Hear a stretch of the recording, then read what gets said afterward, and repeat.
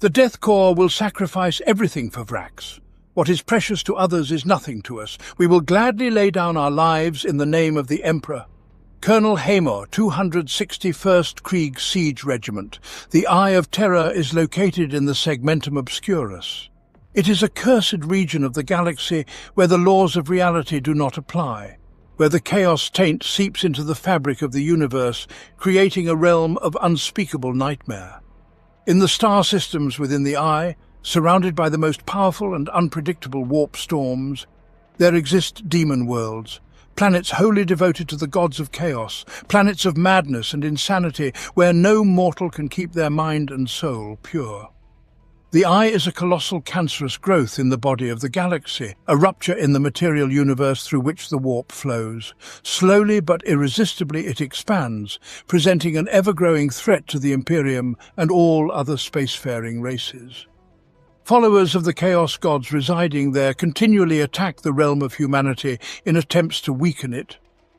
The oldest and most relentless enemies of the Imperium are the Traitor Legions, exiled for their treachery during the Horus Heresy. 9 legions of Space Marines fought on the side of Warmaster Horus, who, after their defeat, sought refuge in the Eye of Terror, from where they continued their war against the Imperium and its false Emperor. And worse still, they are not alone in this.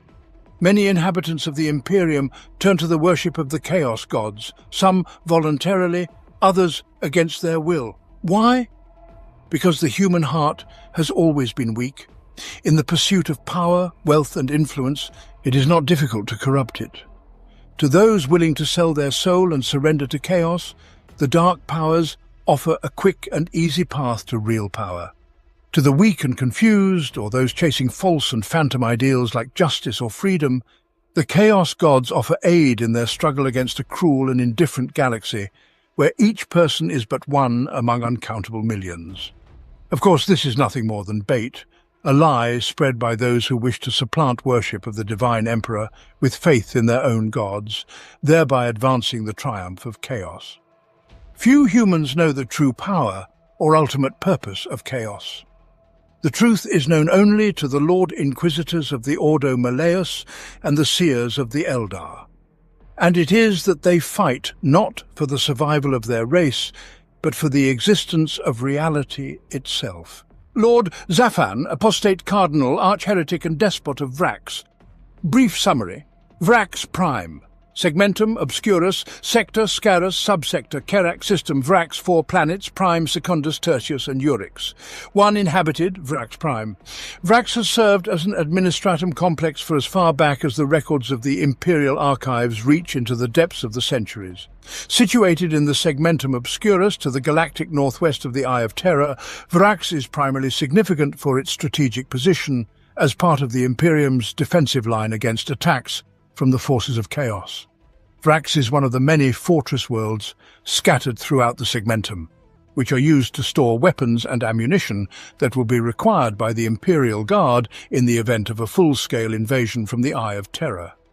The Forge Worlds of the Imperium produce an enormous quantity of goods which are then delivered to Fortress Worlds and placed in storage until needed by the officials from the Departmentum Unitorum. It is then dispatched from the warehouse and sent to the required war zone or Imperial Guard regiment.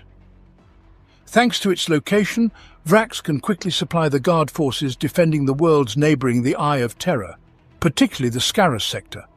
Thus, it serves as a vital link in the Imperium's defence against major chaos invasions, such as the Black Crusades. The Vraks star system itself was discovered and recorded by the forces of the nascent Imperium, who had departed from Terra after the close of the Age of Strife. Later, it was studied by an expedition under the command of rogue trader Van Meer of the Van Meer's lineage. He also established a supply base to store provisions needed for future expeditions along the edge of the Eye of Terror. As the base grew, its supplies increasingly required protection, which laid the groundwork for Vraks's transformation into a fortress world. A fortress was erected for safeguarding resources from pirates and Xenos. Later, to facilitate access to shuttles and transport ships, a spaceport was constructed. Over time, both became ever larger. to store weapons, ammunition, fuel, uniforms, and other supplies flooding onto the planet like a mighty river. Enormous underground bunkers and hangars were created. Consequently, the defences had to be strengthened as well. The more goods were stored on the planet, the greater the risk of an assault, and thus the defence was further fortified. Over millennia, Vraks turned into a gigantic arsenal. The spaceport expanded to the extent that it could accommodate even the largest shuttles, capable of transferring vast amounts of weaponry, equipment and ammunition to transporters waiting above the planet.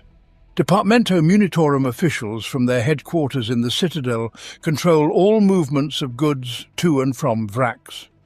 It also houses the Basilica of St. Leonis, erected by the Cardinal Astra of Vraks in the 38th millennium for the millions of indentured labourers.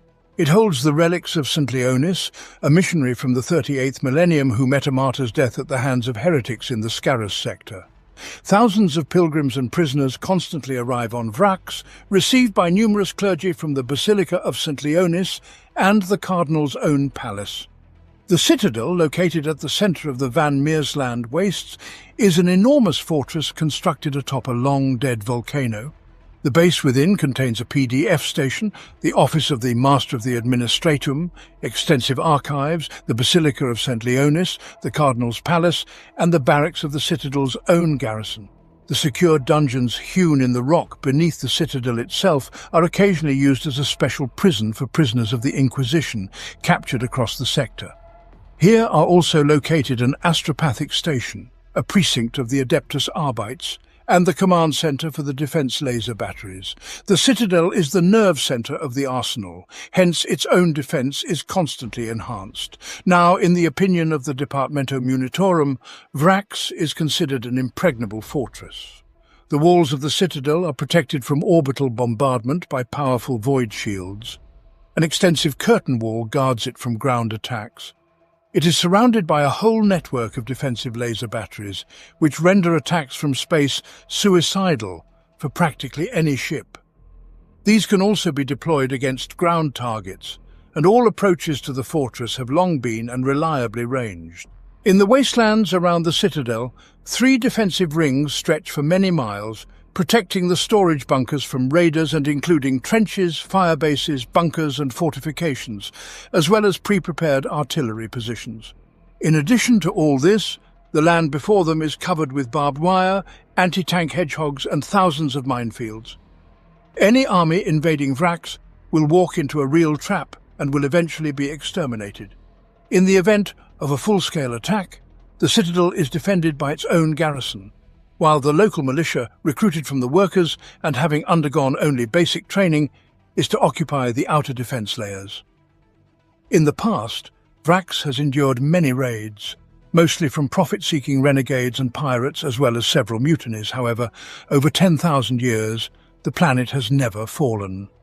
Chapter 1. The Fall of Vraks. The Scarus sector is akin to a peat bog.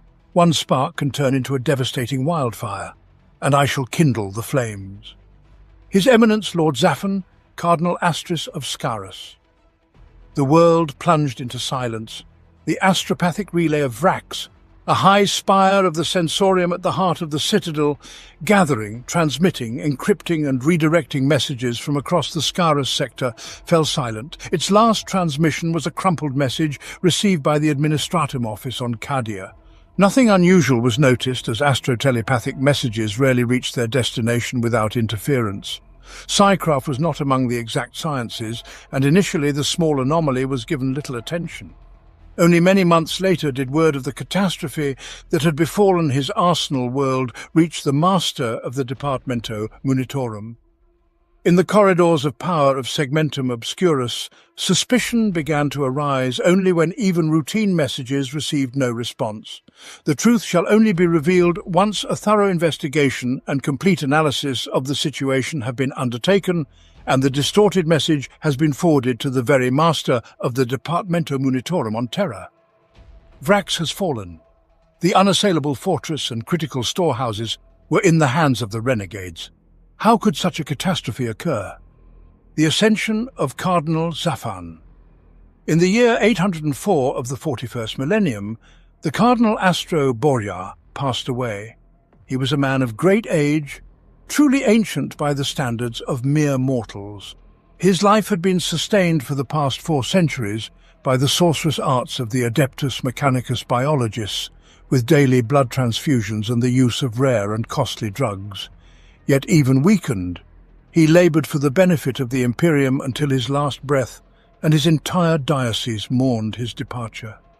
Bells tolled mournfully in all the churches of the subsectors under the Cardinal's rule, even though he had not left the palace of the Ecclesiarchy on the cardinal world of San Arturus for the last 2 centuries.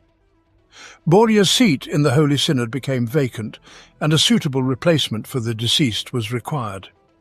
It fell to Cardinal Xaphan, a protege of Borja, whose ascent through the ranks of the Adeptus Ministorum was aided by the patronage of a powerful benefactor.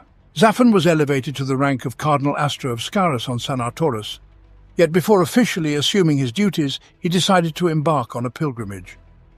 Xaphan intended to undertake a grand tour of his diocese, as he had never seen his new territories, which included visits to numerous shrines and cathedrals of the Scaurus sector. At each location he intended to preach the imperial creed and ensure the safety of the souls of billions of parishioners. The pilgrimage would take 5 years, and Xaphan would be accompanied on his journey by his retinue, 1,000 preachers, deacons, castellans, servants and lackeys, along with his personal guard from the Adepta Sororitas. These warrior women were a gift from the abbess of the priory on Arturus, from the Order of the Silver Veil in honour of Xaphan's elevation. The galaxy was full of dangers beyond the Arturus system, and the cardinal was obliged to be able to protect himself and his flock through the power of faith and the might of arms. The lengthy pilgrimage led Xaphan to many planets, where his very presence as the Emperor's chosen representative cast the populations into a religious fervour. Fanatical cults, like the Redemptionists, joined the cardinal's retinue. To them, the pilgrimage was seen as a crusade to purify the sector of infidels and heretics. The emperor had sent Xaphan to fulfill a holy mission, and who else but he should the faithful follow? On Thracian Primaris, the cardinal's sermons attracted tens of thousands of parishioners who caused unrest out of a desire just to catch a glimpse of Xaphan. As a result of the efforts of the Sisters of Battle and arbiters in restoring order, hundreds died, though thousands swore personal allegiance to the cardinal. From world to world, the retinue swelled to the size of a small army. The arrival of Xaphan was like a spark that ignited the flame of faith throughout the Scaurus sector. Some extremists even named him the Messiah. Amidst all this fanatical devotion, Cardinal Xaphan, perhaps for the first time, realized the true power granted by his rank. On San Arturus there was undoubtedly much urgent work awaiting, yet here and now, among his flock, he was worshipped. The words of his eminence could marshal armies. Undoubtedly here he could better labour in the Emperor's glory. In the cardinal world he would spend hours debating with the council, signing declarations, and attending meetings with representatives of the administratum. In his own diocese, Xaphan was on the forefront of the real struggle against doubters and heretics, threatening the divine rule of the emperor. The cardinal shared his thoughts with his advisers, particularly with Deacon Mammon, a young man recently joined to His Eminence's retinue on Thracian Primaris. Valued by the cardinal as a man of action, and one who understood local peculiarities, the deacon supported the ideas already sprouting in Xaphan's mind. With a leader uniting such a vast array of imperial cults, the cardinal's pilgrimage had the chance to escalate into a war of faith encompassing the entire sector. However, Mammon advised Xaphan to act very cautiously. The Inquisition had cast its spy networks widely, and the Cardinal Estrate's actions would not escape the attention of the infamous Ordo Hereticus. One wrong move, and Xaphan would be arrested for violating the Ecclesiarchy's strict laws. The primary danger was the ancient prohibition against clergy leading troops, established during the Age of Apostasy, when Cardinal Van Dyer raised a rebellion and almost destroyed the Imperium with his reign of blood. Most likely, among Xaphan's retinue were already traitors and informants. These weak-willed individuals lacked the cardinal's clear vision and understanding of his sacred plan. The spies were in the service of the Ordo Hereticus and were a hindrance to the impending holy war. With Mammon's prompting, Xaphan stopped trusting those around him completely. The cardinal required an inner circle of close advisors, reliable comrades who would be closely monitored to ensure their loyalty. If the religious war were destined to begin, Xaphan needed a safe and well-protected planet to prepare his plan for further actions. Deacon Mammon's choice fell on Vraks. This planet was an arsenal world of the Departamento Munitorum, a gigantic warehouse of military production, and also the site of the Basilica of St. Leonis. He was a missionary who embraced martyrdom through blinding in the 38th millennium during the spread of the Emperor's word among the wild star systems of the Scarus sector. The temple was erected to house the relics and remains of the saint. In his pilgrimage, His Eminence would be required to visit the basilica and take residence in the palace adjacent to the temple. The latter already belonged to Xaphan as part of the estates granted to him along with his rank. It was maintained by a small staff on the off chance that the cardinal might ever wish to visit his holdings. However, the palace also served as an Adeptus Ministorum administrative centre, overseeing the pilgrims who arrived to visit the temple. The cardinal delegated all the preparation details to his favoured deacon, who was required to obtain permission to visit Vraks. The star system itself was within a heavily guarded area, and special clearance was required for ships to access it. It was necessary to notify the Departamento Munitorum of the cardinal's arrival with his entourage, and the Imperial Navy was ordered to provide a vessel for the transportation of Xaphan and an honour guard. All these actions were undertaken through official channels. After coordinating security arrangements, the Basilica Palace staff delved into feverish preparations for the arrival of His Eminence as soon as the astropathic communication was received with the official notification of the Cardinal Astra's intent to establish his residence on Vraks within the month. The World Forge was destined to become the seat of Xaphan's power in the Scarus sector until the commencement of the Holy War or the continuation of his pilgrimage. The Cardinal on Vraks.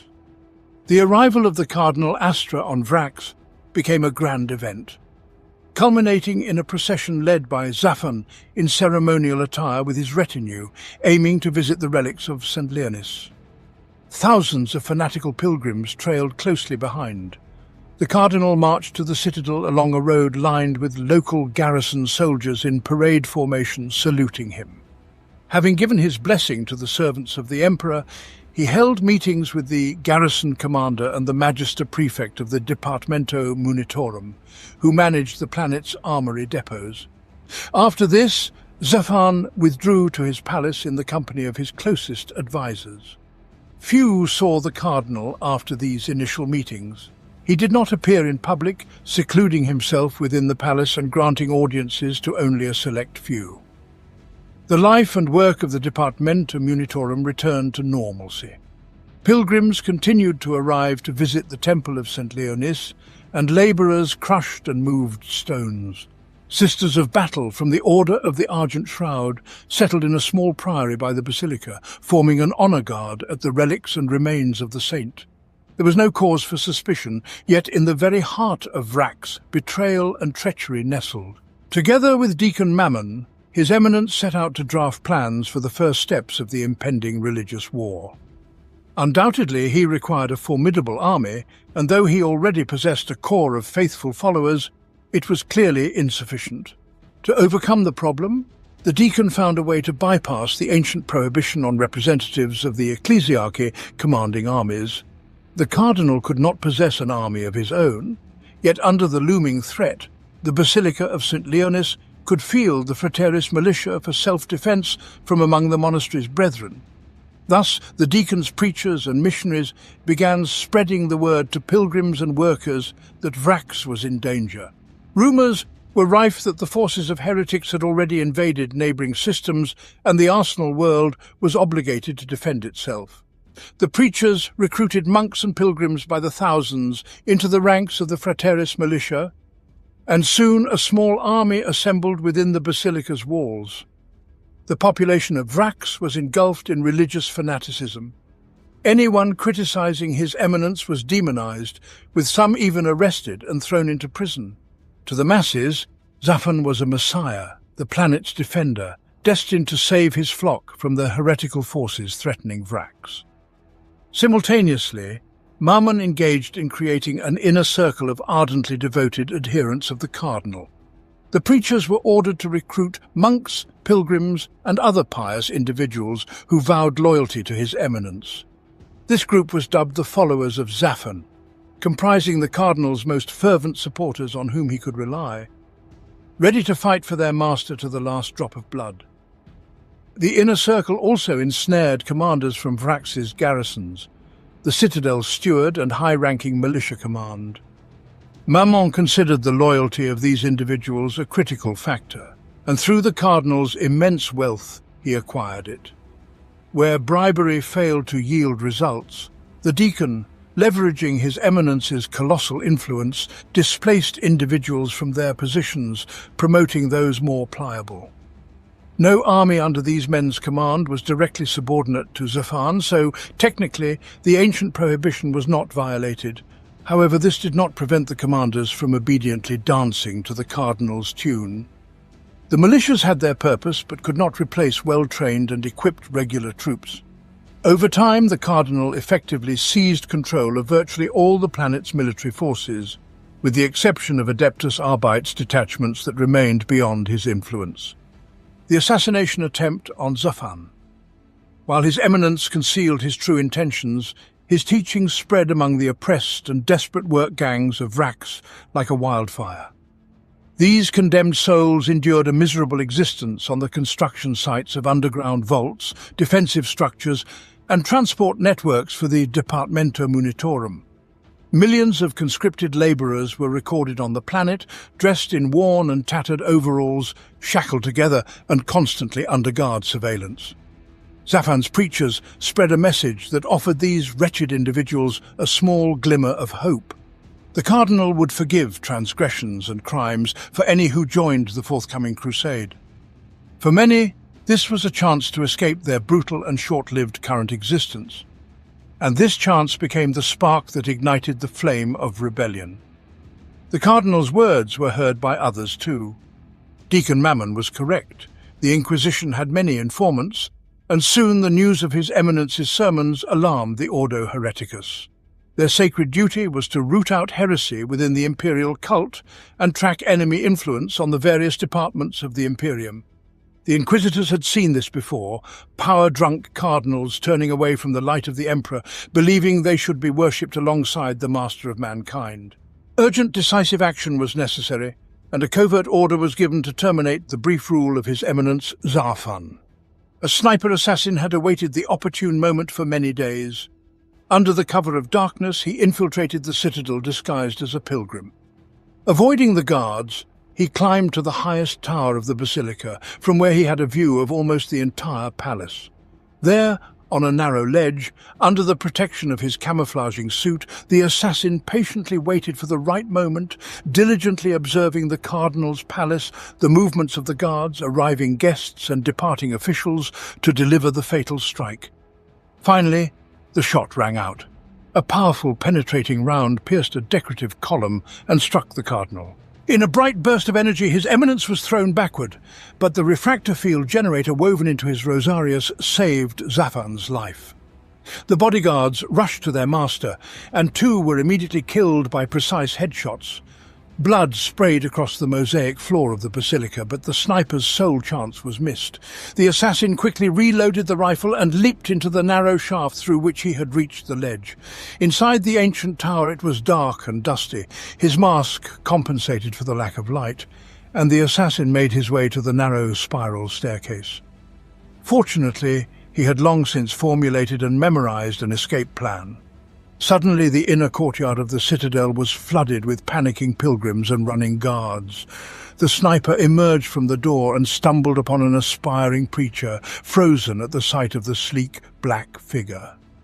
This was the last thing he saw in his life, for a shot from the Exitus rifle, fired from the hip, pierced his chest. The assassin started running, but the chase had already begun. Bodyguards rushed to block all exits from the palace and the basilica. The sniper slipped through a side door, shooting off the lock. Stealth was now of no consequence, and all that mattered was a successful escape and the death of anyone who stood in his way. Discarding the rifle for extra speed and drawing a pistol, the assassin dashed down the poorly lit corridor with all the swiftness granted to him. A pair of errant shots, and the two guards pursuing him collapsed into pools of blood on the floor. Taking cover in a side niche and pouring pistol fire down the passage, the sniper noticed that the Cardinal's men appeared from the opposite end of the corridor as well. He began desperately searching for other avenues of retreat. Rolling across the corridor, the assassin spotted a door and with a single blow knocked it off its hinges. Behind it was an old staircase that led down to the crypts of the basilica. Rushing directly into the darkness, the sniper found himself at a dead end. Here stood ancient sarcophagi of holy people, as well as the remains of numerous pilgrims who had visited Vraks in past centuries. The first bodyguards to enter the crypt were the first to die from precise shots. But now they had cornered the assassin. He had nowhere to run. Grenades flew into the crypt, filling the room with dust and smoke. Several more grenades followed, after which Xaphan's men stormed inside, firing from all barrels. With his last pair of bullets, the sniper took down 2 more guards, only to be ruthlessly riddled with bullets himself. The assassin's body was pulled out for all to see and paraded before the faithful. He was a traitor who had tried to kill His Eminence. Rebellion. The forces of the heretics struck at the cardinal, attempting to kill their messiah, so said Xaphan's preachers. News of the assassination attempt led to rioting at the Vraks spaceport, as pilgrims went mad with fear, believing that enemy forces, as had been foretold, had begun their invasion. The Frateris militia hurriedly armed themselves, and the arsenal guards were ordered not to hinder them. Marauders were mass looting weapons and equipment. Adeptus Arbites were deployed to restore order, but soon found themselves in the thick of fierce street fighting at the spaceport. They requested support from the Citadel's garrison, but by Deacon Mammon's order, they were refused. After some time, the Arbites' precinct was besieged by an enraged mob and held out for several more weeks before finally succumbing to the pressure. It had begun. The Cardinal commenced the takeover of Vraks and the inception of his crusade. Throughout the 4th habitation zone, skirmishes flared between the worker brigades and their guards. Other prisoners followed the example of their comrades and soon joined in the plundering of the arsenals. The guards fled in terror from the maddened crowds. Still loyal to the Magister Prefect of Vraks, some individuals attempted to issue orders for the organization of a militia to oppose the rebels, yet these decisions were swiftly countermanded by a counter-order from the officers of the Cardinal. In the ensuing days, absolute chaos reigned, and it seemed as if civil war had erupted on Vraks. Bloody battles occurred everywhere between the factions, often without fully understanding why they were fighting each other. The prioress of the Order of the Silver Shroud demanded an immediate audience with His Eminence. Undoubtedly, the mobilization of the Sisters of Battle was necessary to restore order, or at the very least to come to the aid of the arbitrators besieged in the spaceport area. Instead, the followers of Xaphan arrested the prioress and threw her into the prison dungeons of Vraks. Following the arrest, the Cardinal's men went to the priory and detained the remaining Sisters of Battle. Some put up resistance, yet the numerical advantage of the enemy and the suddenness of the treacherous attack left the defenders no chance. The captured sororitas were shackled and cast into dungeons. Meanwhile, the prisons emptied, and the former inmates stood before His Eminence, the man who had freed them from their unenviable fate. By order of Archdeacon Mammon, the followers of Xaphan stormed the administratum buildings where the Magister Prefect of Vraks had taken refuge. The latter attempted to flee, but was killed on the way to the shuttle landing pad. Soon, the entire citadel was under the complete control of the Cardinal. The garrison soldiers, following their officers' orders, locked themselves in the barracks. Anyone refusing to swear loyalty to His Eminence was executed by the followers of Xaphan. The Sensorium Tower was also stormed, and the astropaths were slaughtered to the last man. While battles raged across the planet, the Citadel, the seat of power, fell from within, When the last echoes of battle subsided, Cardinal Xaphan remained the sole ruler of Vraks. Chapter 2. The Approaching War. There will be no great victory, no rewards or glory to be won on Vraks. It will all be brutal and merciless. We will make the enemy bleed before we bleed ourselves. Lord Zuelki, Supreme Commander, 88th Siege Army. Response from the Departamento Munitorum. The Departamento Munitorum did not immediately react to the fall of Vraks. The news of the rebellion required much time for confirmation and to reach the organization's officio in segmentum obscurus. Even after confirmation, the officio could not act without notifying the administratum on terra. Months passed in inaction before the bureaucracy at the heart of the Imperium processed the received information. When the message regarding the fate of Vraks gained highest priority, the gears of the administratum slowly began to turn. The loss of an arsenal world was considered utterly unacceptable. Although a small planet with a population of 8 million was insignificant compared to the epic crusades of the tyrannic wars raging at that moment on the eastern fringe, it was Vrax's strategic location in the rear chain of the Departamento that made its loss so painful. Who knew what damage would be done if the Imperial Guard regiments were left without proper supply before the impending battles? Divinations of the Imperial Tarot concerning Vraks foretold nothing but calamity and misfortune.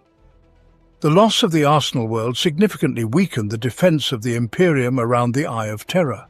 Undoubtedly, the servants of the Dark Gods would not miss the opportunity to strike at the worlds of the Skyrus sector. Should their plan succeed, after seizing other planets, even more heretical forces would flock like moths to a flame to join the plundering. Moreover, within 10 years, the loss of Vraks could become the spark from which a new Black Crusade could ignite. The Supreme Magister of the Departamento Munitorum could not take such a risk. The Arsenal world had to be returned under the Emperor's control at all costs. But how? The task of reclaiming Vraks was entrusted to the Supreme Command of the Imperial Guard of Segmentum Obscurus, stationed on Cadia. The Lord Castellan and the Lord Commander of Obscurus were personally present at the council discussing campaign plans. Executing the Order of Holy Terror proved to be extremely challenging. Since Vraks had been specially prepared to resist an invasion, any battle would require colossal efforts. The planet's defensive systems had been continuously improved since ancient times. Vraks was a bastion world, impregnable to frontal assaults. No one had ever succeeded in storming it. Various solutions to the problem were discussed. Some officers even argued that the entire counter-seizure plan was foolish, as the human and material losses during the operation would allow other worlds to fall under the assault of the enemies of the Imperium. In their opinion, Vraks was lost, and the Departamento should only focus on preventing a similar tragedy in the future, rather than planning a hopeless campaign to correct their own errors and judgments. The warehouses of the Arsenal world were lost, so why not write off all the damage and concentrate on increasing production in the segmentum to compensate for the losses? The voices of skeptics did not affect the determination of the Supreme Commander and his staff to start a war. The order came directly from Terra, sealed by the Chancellor-Prefect's seal of the Administratum's Magister. A high-ranking servant of the High Lord of Terra could not be so easily ignored. Hesitation in actions would almost certainly provoke swift retribution from the Inquisition. Did any of those present at the Council prefer to take responsibility for their failure in the torture chambers of the Ordo Hereticus? Even with a slight chance of success, the war for Vraks was destined to commence. The Council's task was to determine the methods of conducting this war. The first proposal was the simplest: a sudden frontal attack. This would include an orbital bombardment by the powerful vessels of the Imperial Navy, and an assault led by the forces of the Adeptus Astartes. Envoys could swiftly contact the Space Marines to secure their assistance. High Command began calculating the resources required for such an operation. Archives were scoured in search of information on Vrax's defensive systems.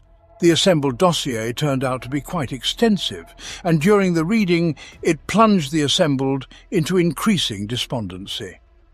Even during the period of construction, it was quite obvious that the citadel and the spaceport of the Arsenal world would be vulnerable to orbital assault. The defensive structures were specifically designed to repel such an attack.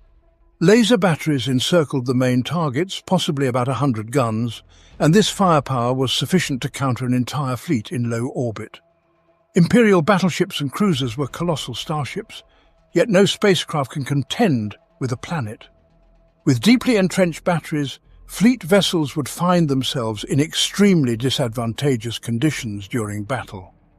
To deploy troops, the ships would need to descend to low orbit, where they would become vulnerable while maneuvering into position to launch landing shuttles. The transports themselves would be targeted by the defensive systems, and a single hit from a laser battery would tear a shuttle to shreds, while any that penetrated would enter the kill zone of the medium and short-range air defense network. The conclusions from the Logis calculations indicated that a planetary assault would not be justified and would lead to colossal losses in manpower and materiel, with the number of troops reaching the surface clearly insufficient to capture the citadel.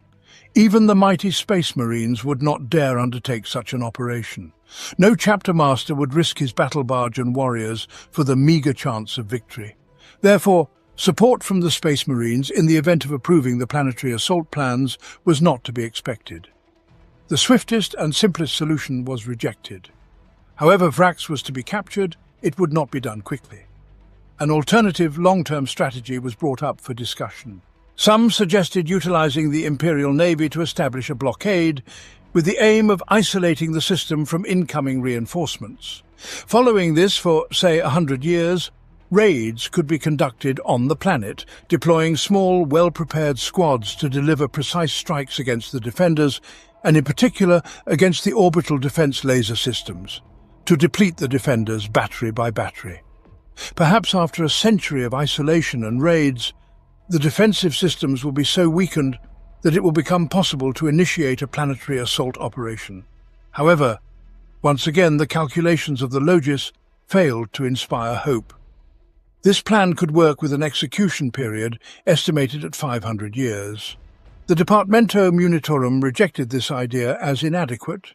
They had no intention of waiting half a millennium to reclaim a single world. The third thoroughly detailed proposal was to conduct a massive siege operation. A ground army was required, large enough to support a siege over many years and capable of ruthlessly crushing the enemy's defences. If the battle for Vraks could be turned into a war of attrition, then eventually, with significantly superior resources, the Loyalists would prevail. If the Departamento Munitorum were prepared for a losses ratio of attackers to defenders being 2 to 1, how long and how many people would be needed to capture the Arsenal world? The Logis, human cogitators, set about their calculations. Taking into account all factors, replacement ratios, supply requirements, the whims of warp travel, the number of supplies and the enemy's human resources, the answer was given. In 12 standard Terran years from the commencement of the siege, including preparation time, Vraks would return under the control of the Imperium. The results of the study of possible further actions were submitted to the Master of the Departamento Munitorum on Terra. Here it was, the operational solution. Could the Departamento cope with the challenge of supplying manpower and material for such a large-scale operation? The answer was given. Supplies and people would be found. Furthermore, they would form a new army exclusively for the capture of Vraks. It was designated as the 88th Siege Army of the Imperial Guard. 88th Siege Army of the Imperial Guard. All soldiers for the new army would be conscripted from the planet Krieg. This world already had one of the highest quotas for forming Imperial Guard regiments. Only a few planets in the Imperium provided more soldiers for service to the Emperor. In the regiments of Krieg, known as the Death Corps, served grim warriors who had developed specific combat doctrines during the brutal 500-year civil war on their home planet. During this war, the Loyalists attempted to destroy the rebels using nuclear bombardments. The planet perished when mushroom clouds rose skyward across the entire surface of Krieg. To survive in the hellish radiation-poisoned battlefields, the population and the war went underground. Trenches and tunnel labyrinths crisscrossed the entire planet, and the confrontation transitioned to a positional stage. But this meant that for 15 generations, the people of Krieg grew up and trained in the tradition of unending trench warfare and battles of attrition.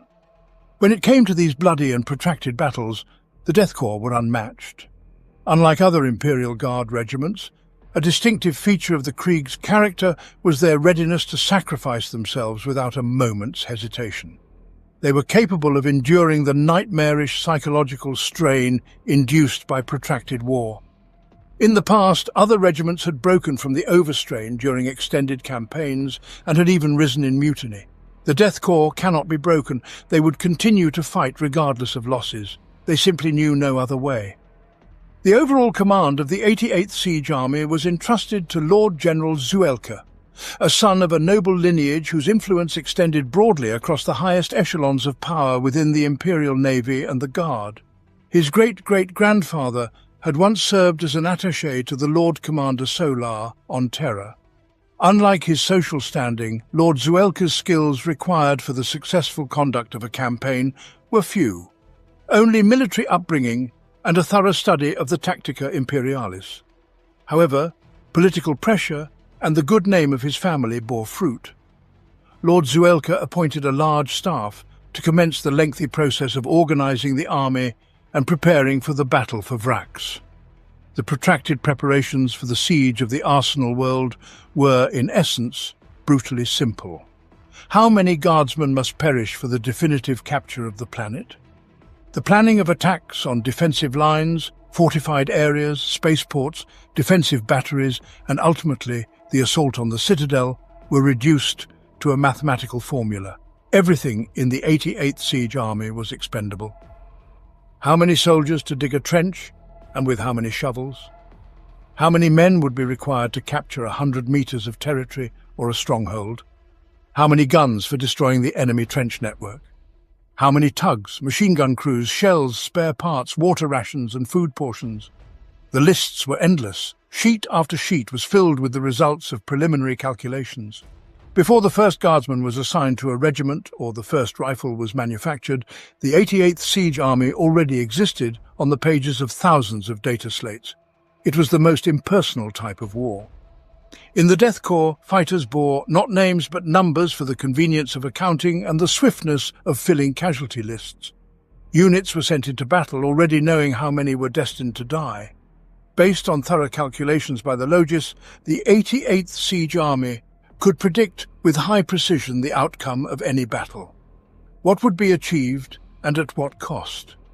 The lives of the Krieg guardsmen were no more important than the magnitude of daily fuel consumption or artillery shells. The formula would determine when and how many soldiers would engage in battle. It also claimed that victory would be attained within 12 standard Terran years. The defenders of Vraks. On Vraks, the sudden rebellion and triumph of the Cardinal turned into a landslide escalation of street violence. Over several months, insurgents fought among themselves to establish a new power structure under His Eminence. From garrisons and labour camps, new leaders emerged.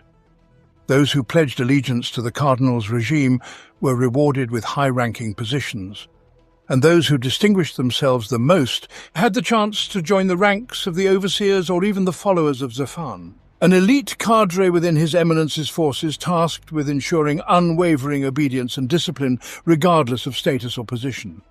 When the bloodshed and insurrection subsided, the Cardinal's commanders received their first directive to secure Vraks against any potential counteroffensive by the Loyalists. Their task was to create a combat-ready and well-equipped army. The rebels had colossal stockpiles of the Astra Militarum. The insurgents would be well outfitted and entrenched in formidable fortifications, yet they needed to be prepared for whatever the Imperium could unleash upon them. The Cardinal instructed that the planet be transformed into a slaughterhouse for any attacking force.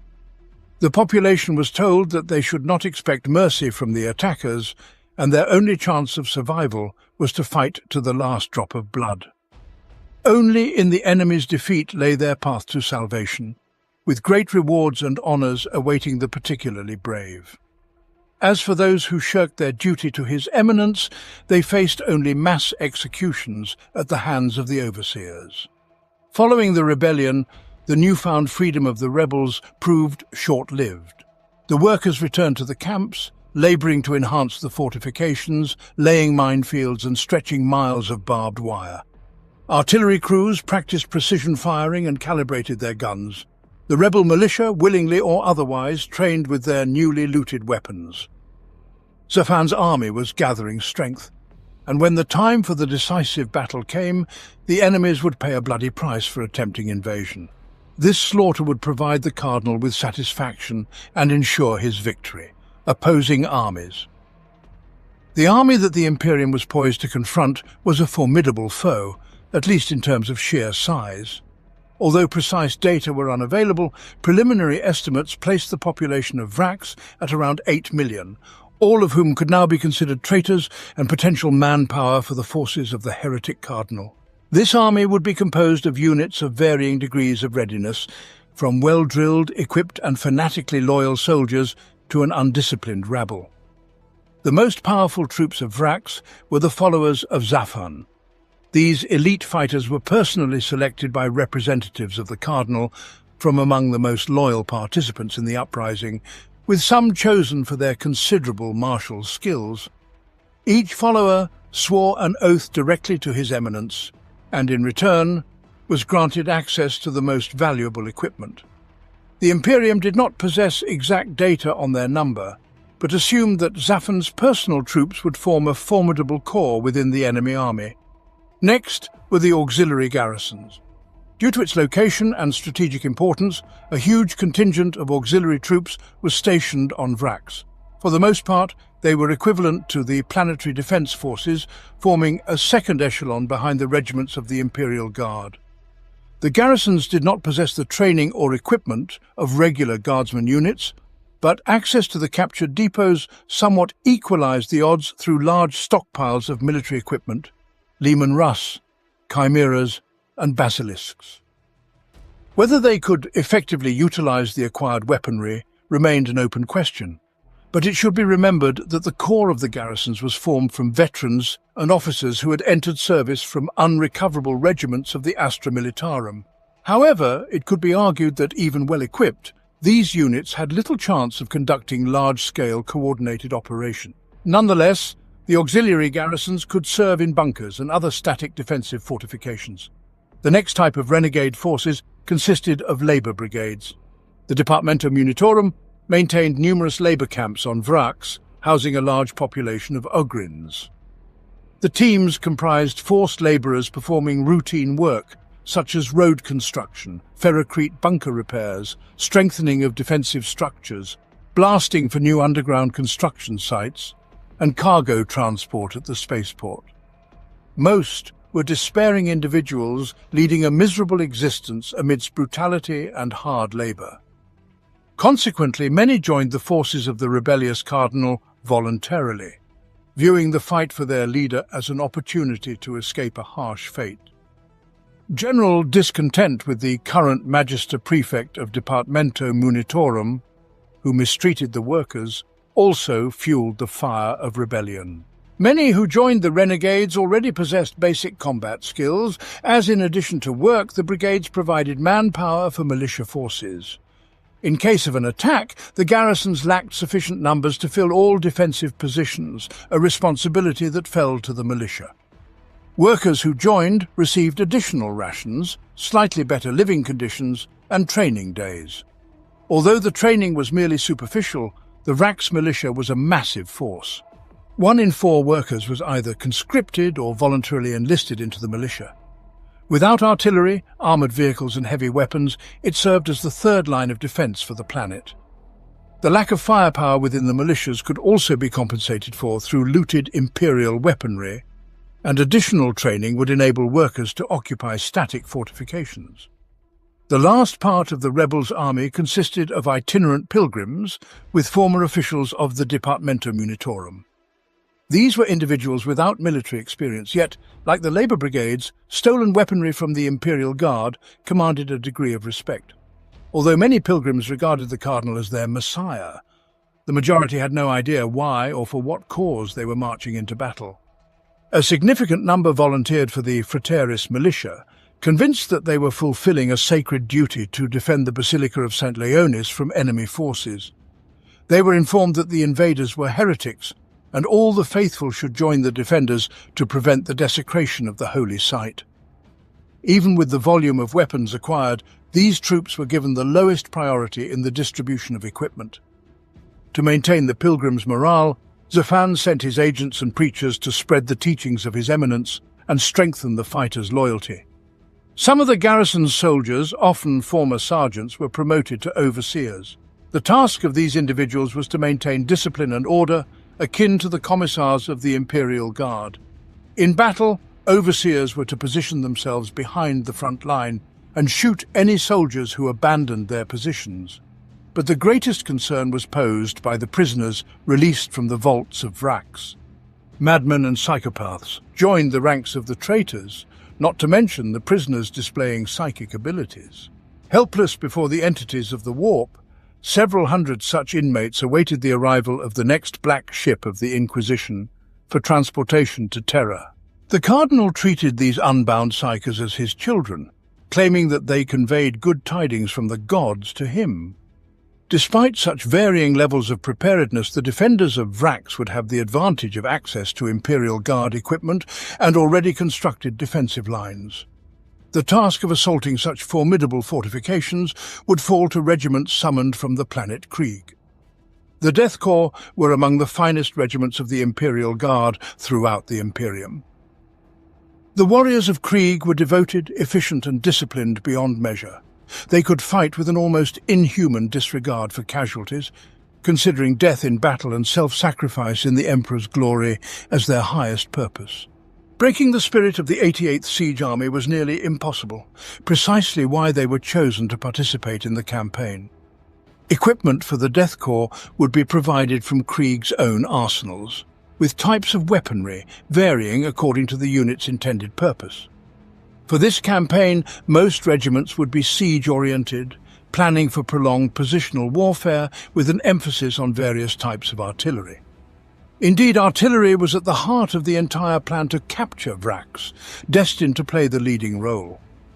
The guns were the key to success, and concentrations of heavy batteries were intended to obliterate the enemy's fortified positions, thus providing corridors for the infantry's advance.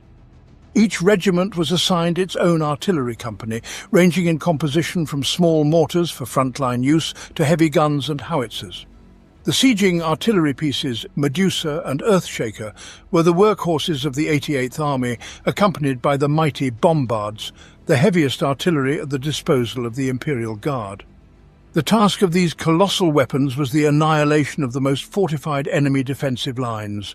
To enhance their firepower, commanders of the 88th Army could call upon a great multitude of independent artillery batteries, including regiments of heavy siege artillery. Other units would be equipped as more mobile armoured forces deployed for breakthroughs in enemy lines. As these forces were not intended to remain on the front line for long, the tank's task was to support infantry assaults. Command did not plan to escalate from trench warfare to large-scale tank battles. Nonetheless, Leman Russ, Baneblade and Gorgons would play their part in the assault. The battlefield. For the soldiers of the Death Corps of Krieg, Vraks would become an utterly alien environment. All of them had been raised in the subterranean hive cities of Krieg, where people were accustomed to overcrowding and recycled oxygen. Training sessions were conducted on the cold, contaminated surface of the planet, amidst the eternal nuclear winter and the ruined husks of ancient cities. The landscape was scarred by a near-planet-wide network of trenches and rusting barbed wire, remnants of a civil war. The Death Corps traversed areas of increased radiation and engaged in training battles with other training units. They marched, then dug trench lines. Conditions were nightmarish, and not all survived the full course of training. However, despite its severity, it could not compare to actual combat. Now, the Death Corps was entering the very crucible of battle, many for the first time. And although they bore regimental numbers with long and glorious histories, These were reconstituted regiments with many new recruits in their ranks. Vraks itself was an infertile, rocky and drab planet, covered in a sulfuric blanket of ancient volcanic dust. The climate was warmer than on Krieg, yet electrical storms occurred daily, and sudden downpours ended as swiftly as they began. These natural phenomena turned the terrain into an impassable grey mire until the water soaked into the planet's porous surface. The main combat would unfold on the Van Meersland wastes, 5,000 square kilometres of barren plains, among gentle hills and rare clusters of volcanic rocks not yet eroded by rain. The terrain was almost featureless, but it was territory well known to the enemy. The Departamento Munitorum supplied the Krieg officers with maps, but they bore no noteworthy topographical features.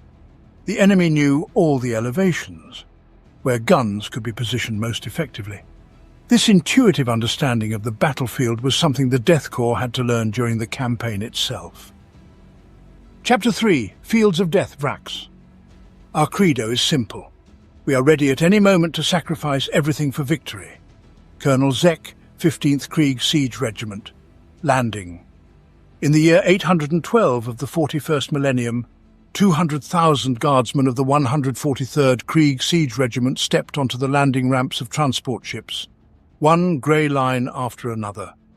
They were the first soldiers of the 88th Siege Army departing for Vraks.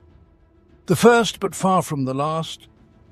The transports were but a small part of the gigantic armada, preparing to depart for the Arsenal world. Lord High Commander Zwelker had established his headquarters on Thracian Primaris, the principal planet of the Scarus sector. An unstoppable war machine had been set in motion, and the Lord High Commander's personal presence on Vraks was not required. He would oversee the campaign from a distance. Victory was already assured, and it remained only to monitor the regularity of supply deliveries and replenish losses in a timely manner. The first convoy of ships carrying troops, supplies and equipment from Krieg arrived in the Vraks system in the year 812 of the 41st millennium. The vanguard of the 88th Siege Army was stationed in 21 transport ships of various sizes, escorted by vessels of the Imperial Navy under the command of Admiral Rasiak on the flagship cruiser Lord Bellerophon. They charted a course to approach the Arsenal world from a safe side, unguarded by protective laser batteries.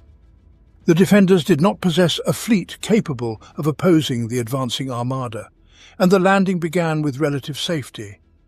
The landing zones were chosen to provide the 88th Army with a strong foothold for the preliminary organisation of the arriving regiments and supply depots. The areas had to be secured from potential enemy attacks, so the first arriving guardsmen of the 143rd immediately constructed a basic network of trenches.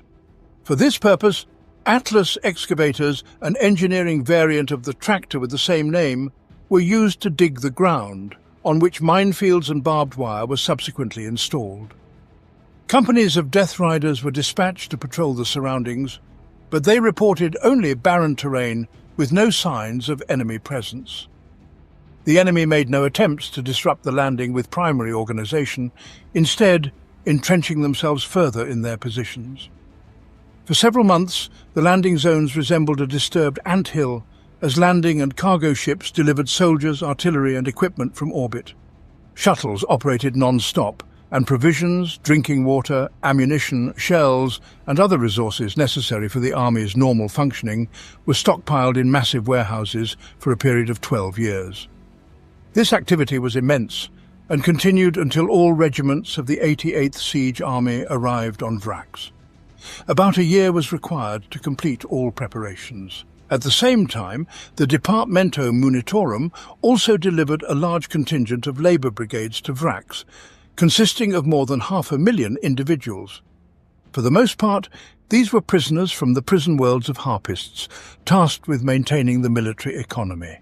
Even when the guardsmen with supplies arrived in the Arsenal world, they still had to travel almost 2,000 kilometres to their first target. It would have been foolish to expect that people, horses and machines could traverse this significant distance and retain full combat effectiveness. Therefore, an alternative transportation system was devised. Work teams commenced laying railway tracks. Tracks were laid day and night, and the transport network rapidly expanded northward. According to schedule, trains filled with guardsmen would rush along them, promptly heading from distant stations directly to the fort line. On board one of the transport vessels arrived a delegation of the Adeptus Mechanicus, and with them came the locomotives, colossal roaring mastodons of steel capable of hauling hundreds of heavy wagons. The tech priests performed their work, and soon the locomotives were on the tracks, ready to deliver the soldiers of the 88th Siege Army right to the enemy's doorstep. As military resource reserves grew, the length of the railway tracks increased. In the year 812 of the 41st millennium, the first train departed from the depot, tirelessly transporting guardsmen and artillery of the 3rd Siege Regiment across the Saracen plains. Upon arrival, the regiment constructed a forward station merely 200 kilometers from the heretic positions. From here, soldiers would be dispatched to the front. Locomotives continuously delivered new death corps, while work teams laboured on expanding the main branch and building intermediate stations for the storage of fuel, food, and other military supplies. A massive rear base for supporting the Krieg divisions was established. The campaign plan. The plan of the 88th Siege Army for demolishing the defensive lines of Vraks and the subsequent reclamation of the citadel included multiple offensives on 2 fronts. Instead of attacking in one direction and giving the enemy a chance to concentrate their forces on that section, the Imperial Command decided to encircle Vraks and disperse the pressure of the line corps across all fronts. The approaches to the citadel were determined by the terrain. From the south and east, the territory was intersected by deep gorges and canyons, posing an insurmountable barrier for any infantry army. When the ancestors of the first colonists on Vraks planned the construction of the citadel, they chose a suitable location. The strike would have to be delivered from the west or north, where the main defensive fortifications were concentrated. The northern group of forces would be formed by the 1st and 30th Line Corps, while the 12th and 34th would form the southern group, occupying the territory from the Saracen Abyss to Sector 45. These 2 corps were instructed to breach the outer western line of defence. The 1st Line Corps was to attack the northern fortifications by bypassing the western ones. Ideally, this would allow the Imperials to advance eastward, bypassing the northern defensive line, the construction of which was never completed, and strike directly at the second line between sectors 57-63. Undoubtedly, exemplary coordination of actions was required from all corps to avoid the stretching of fronts, detachment of units from supply lines, and enemy counterattacks. Each foothold had to be captured systematically and with utmost caution. Furthermore, the doctrines of Krieg did not involve deep penetration into enemy positions without flank support. After the fall of the outer fortifications, encirclement could commence.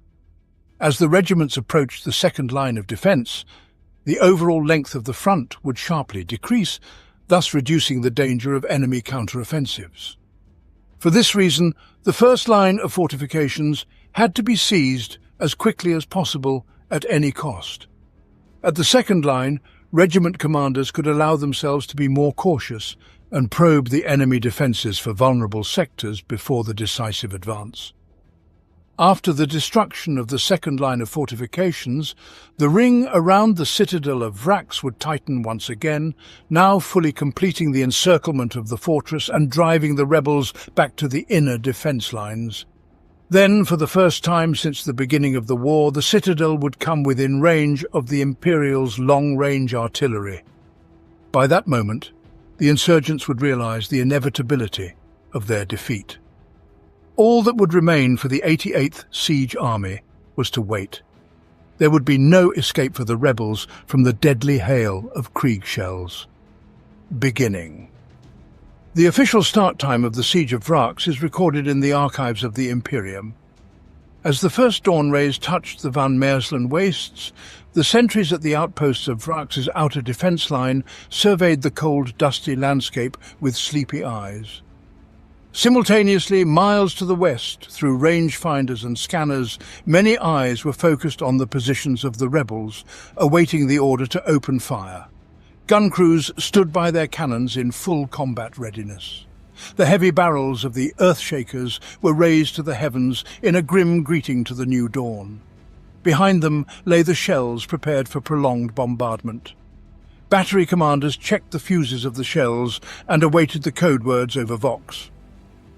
Suddenly, the transmitters came to life, erupting with interference and a series of piercing signals.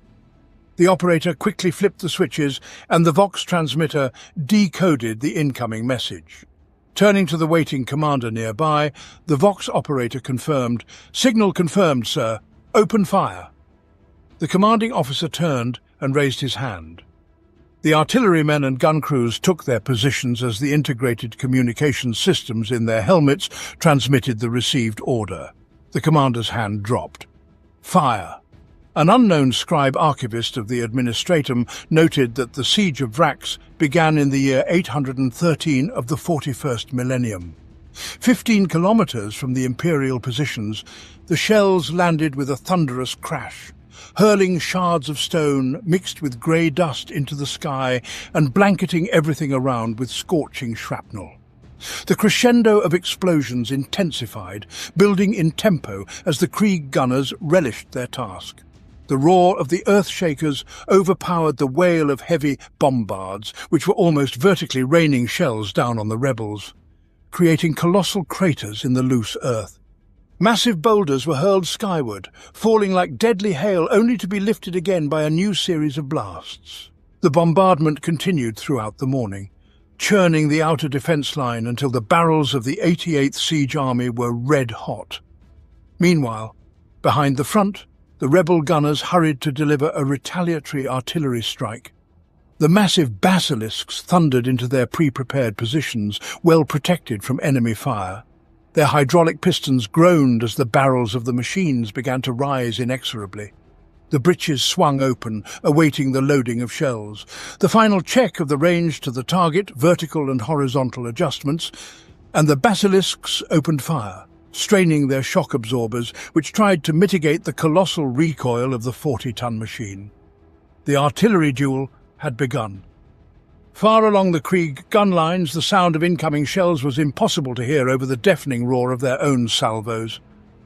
Death Corps gunners moved and loaded ammunition when suddenly enemy shells began to burst among them.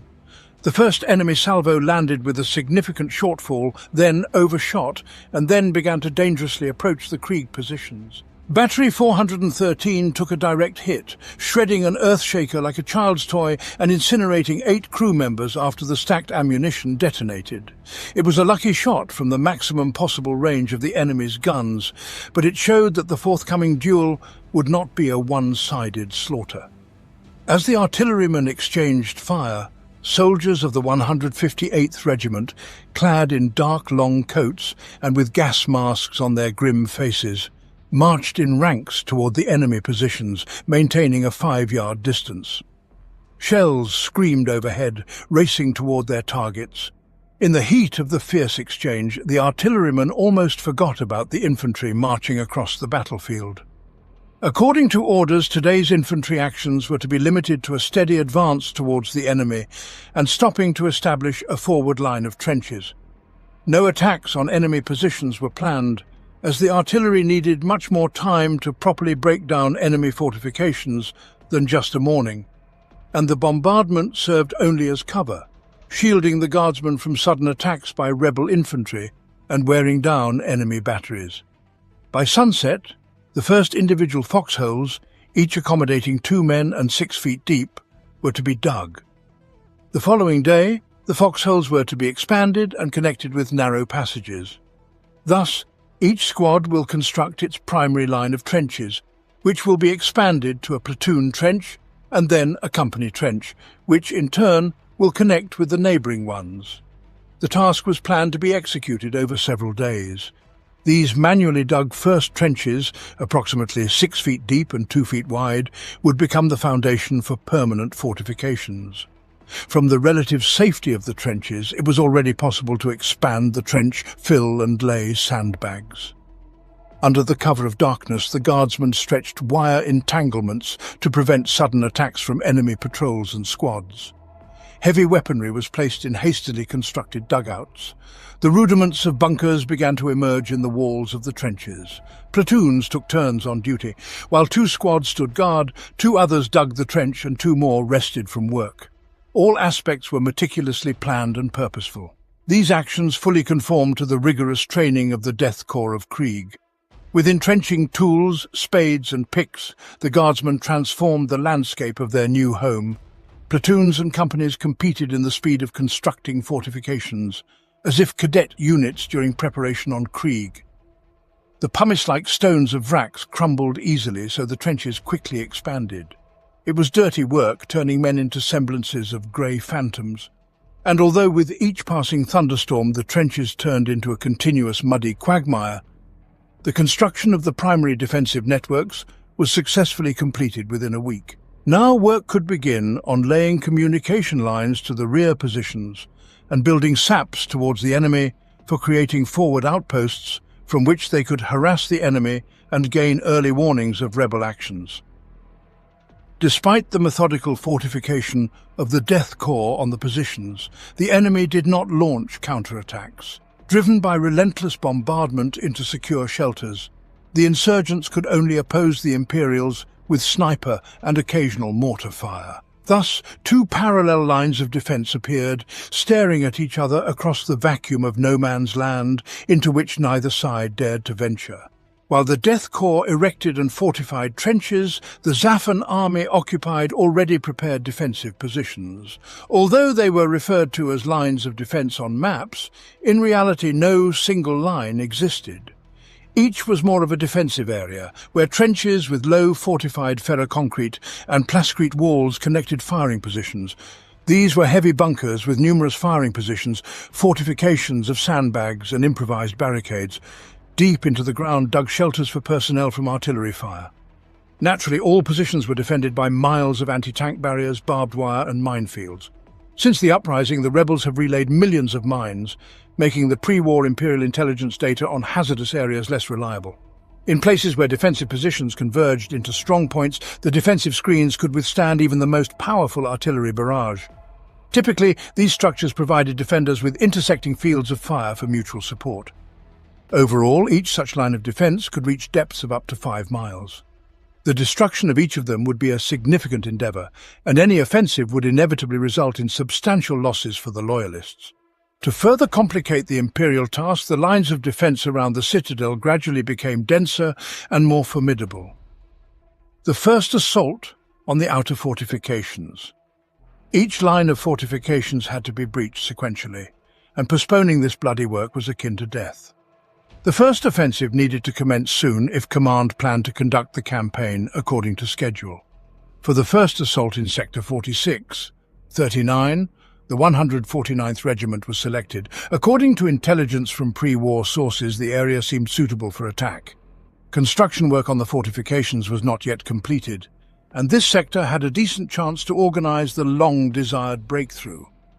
Directly from the right and left flanks, the 149th Regiment would be supported by powerful attacks from the 143rd and 150th Regiments, whose goal was to engage the enemy's reserves in battle and draw enemy forces away from the direction of the main strike.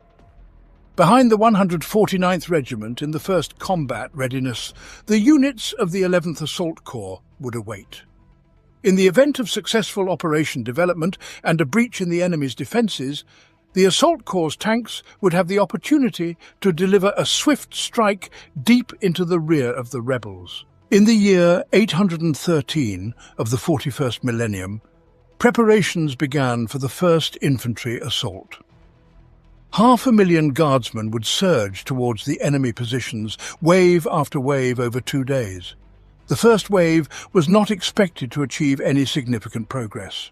Its attack aimed to identify weak spots in the enemy's defences. The second wave, led by grenadier units, would deliver coordinated strikes on these vulnerable spots, consolidate and hold positions until the second day when the third wave arrives to widen the breach in the rebel defences.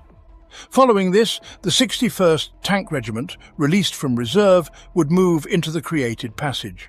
Naturally, the attack would be preceded by days of intensive bombardment in Sector 46, 39 and adjacent areas. The preparations for the first assault were going well. A significant number of guns from the bombardment corps and infantry companies arrived at the designated positions under continuous mortar and artillery fire from the enemy. The artillery's tasks in the upcoming battle were exceedingly complex. In the forward trenches, the Guards' mortars would be positioned to shell enemy trenches and cover the infantry as it leaves their cover. Behind them, in the second line of trenches, were quad-gun emplacements and heavy mortars. They would suppress the enemy's discovered firing positions. Further behind were positioned the Medusa siege guns to destroy the bunkers and dugouts of the renegades. Further on, the mighty Earthshakers were deployed, whose barrage would force the infantry of the renegades into cover. These guns would later join in destroying the enemy batteries. Concluding the ranks of the Imperial artillery were the bombards. These monstrous machines would add their colossal firepower to the salvos of the Earthshakers and help rout the most fortified positions of the insurgents.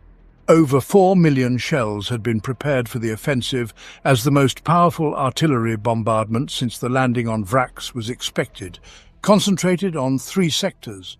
The guns of the 21st Bombardment Corps fired a salvo, supporting the artillery companies of the siege regiments. Thus began the first 5 days of artillery preparation ahead of the coming offensive. The guns mercilessly turned the no-man's land and the forward positions of the renegades into a morass of mud and craters. From the trenches it seemed that nothing could survive such a bombardment. The artillery destroyed everything. Anti-tank obstacles, barbed wire, bunkers, roads through which reinforcements and supplies could arrive. It was a devastating demonstration of firepower, and it maintained its pace day after day. With nightmarish monotony, shells continued to rain from the sky, and it seemed as though the advancing guardsmen would have no one left to fight. In the year 813 of the 41st millennium, the first attacking companies were densely packed into the trench along the entire front line. Only a trench wall and an assault ladder separated them from no man's land. Last night, under the cover of darkness, teams of sappers had made breaches in the remaining wire barriers. Squad commanders awaited the order to advance. Platoon leaders awaited orders from their commanders, and sergeants awaited orders from the platoon leaders. Meanwhile, the bombardment intensified, reaching its peak when explosions followed one another so rapidly that the roaring turned into a continuous wall of noise that did not cease for a moment. And then everything fell silent. An eerie silence suddenly fell over the battlefield as the guns fell silent precisely on schedule. Through the Vox network, the order was given to commence the attack, and the first detachments of the Death Corps rushed to the assault ladders. One after another, men crawled onto the parapet, weaving through their own barbed wire, forming into lines. Then the dark, hunched figures moved directly across the crater-scarred no-man's land. After the bombardment ended, the soldiers of the insurgents hurried to occupy the surviving defensive positions. Their fortifications had turned to ruins, the walls reduced to dust at best, trenches in places resembling mass graves, and bunkers destroyed by direct hits, burying entire detachments. However, despite the wild fury of the artillery barrage, many renegades survived by hiding in underground shelters.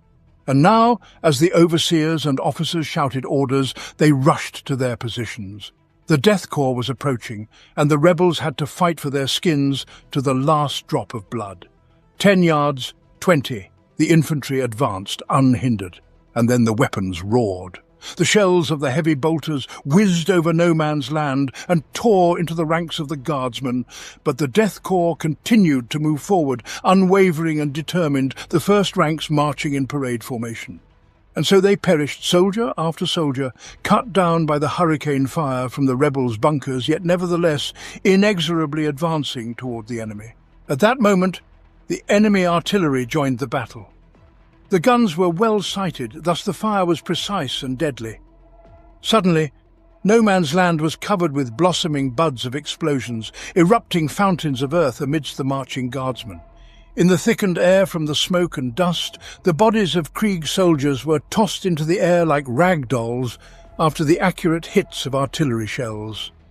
But even this could not break the advancing line of the Death Corps, steadily marching into the heart of the fiery storm.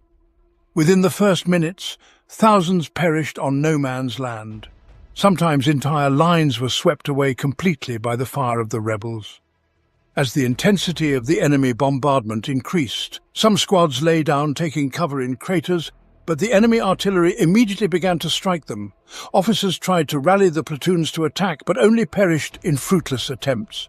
In the trenches of the Imperials, new infantry units fixed bayonets and awaited their turn to be sent into the meat grinder. They did not have to wait long, and they charged when the enemy had already returned to their defensive positions. Many met death immediately upon exiting the trenches, the force of the impact often throwing guardsmen back onto their comrades who had not yet climbed the assault ladders.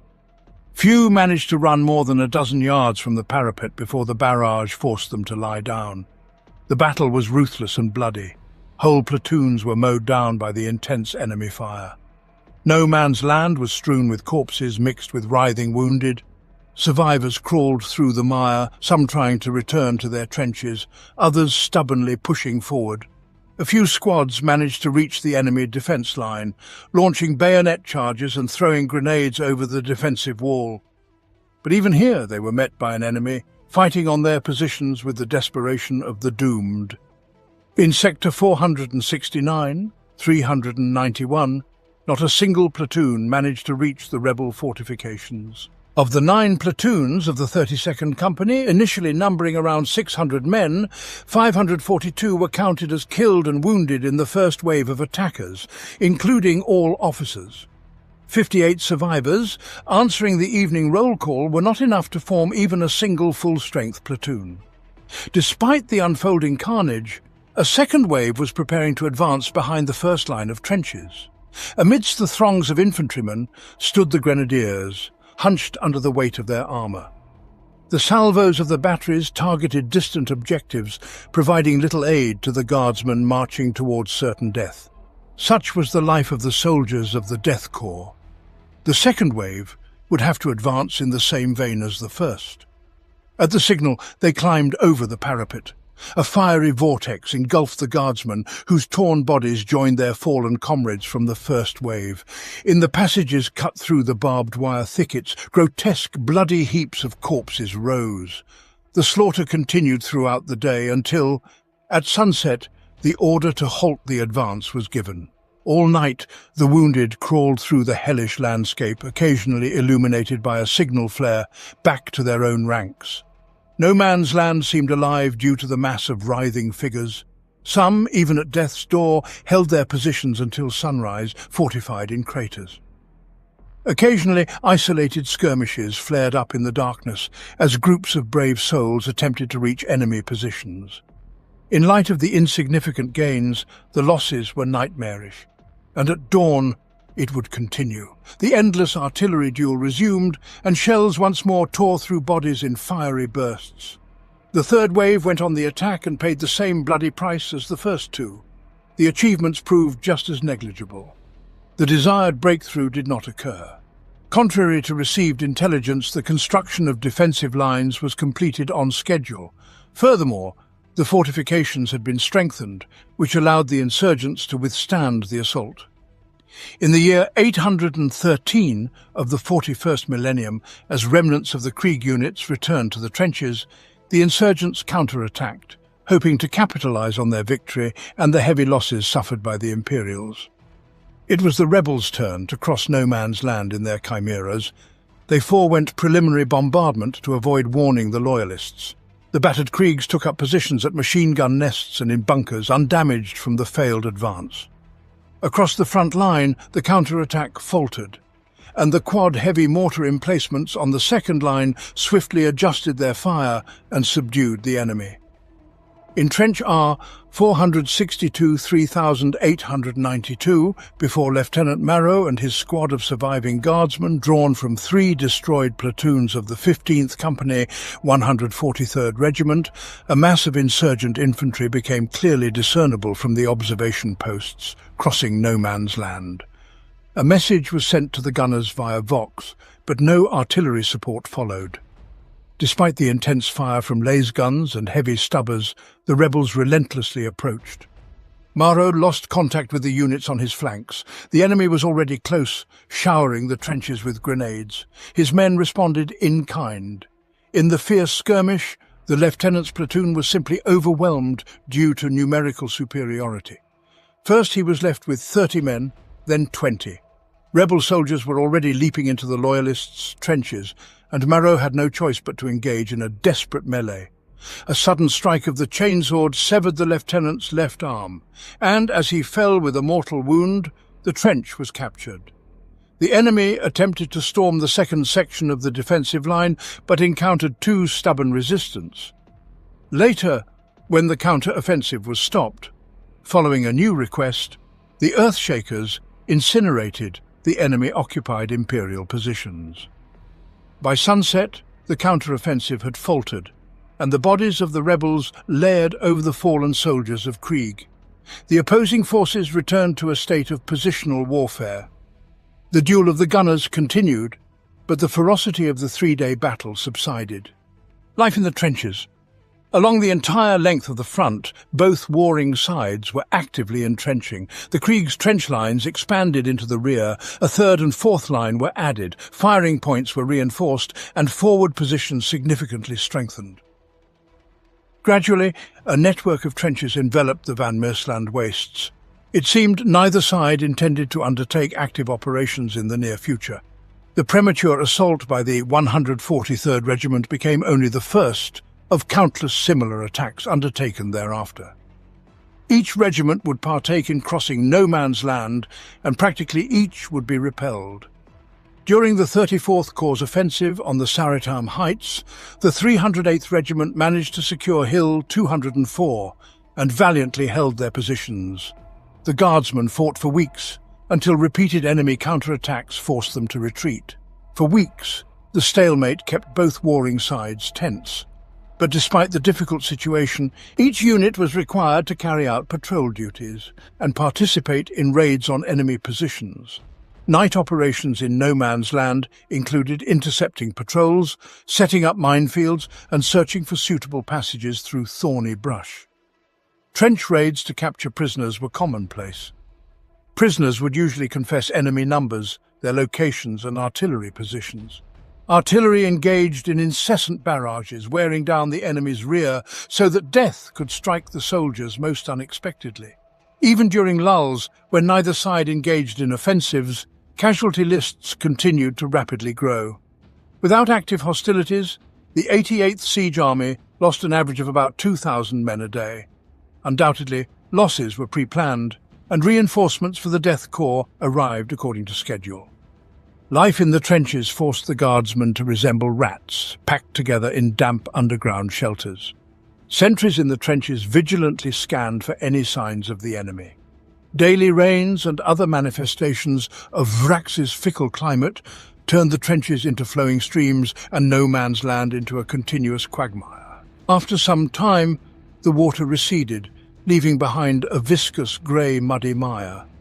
Troops arriving at the front line felt as if they had been thrown into a huge furnace, burning unceasingly day and night. Over the Van Merland wastelands rolled the unceasing roar of artillery salvos and bursting shells. At night, the sky blazed with flares and explosions. As one approached the front line, the number of craters increased, and more corpses lay in the mud with abandoned equipment. Amidst the dead, quartermasters with their aides skulked, stripping the corpses of uniforms, weapons, ammunition, and equipment. All of this would be sent to the rear depots and redistributed among the newcomers. What did a single body mean to these grim figures? A chance to augment the supply lists with gear far more valuable than easily replaceable flesh. Vraks was a monotonous, gloomy wasteland, grey and black, shrouded in a pall of smog that blocked out the sunlight. The air was laden with the stench of decay. In places of failed assaults, unburied dead lay everywhere, as attempts to gather the fallen under constant shelling only led to further losses. Day by day, artillery ground the bodies with its fire until the slain soldiers were dismembered several times over. No man's land was strewn with the decaying fragments of bodies that once were human. Soon, both warring sides began stacking the skulls and bones of the fallen in their trenches, forming gruesome chapels in honor of the bravery and sacrifice of their comrades in arms. They were surrounded by death. As the months of futile standoff dragged on, the air and the very earth became suffused with a pernicious contagion. Thus passed the first year of the siege. The outer defensive line withstood the initial assaults, and the warring sides contented themselves with mutually wearing each other down. Eventually, something, somewhere, would give. But until that time, the armies remained embroiled in the grindstone of slow, mutual annihilation. To be continued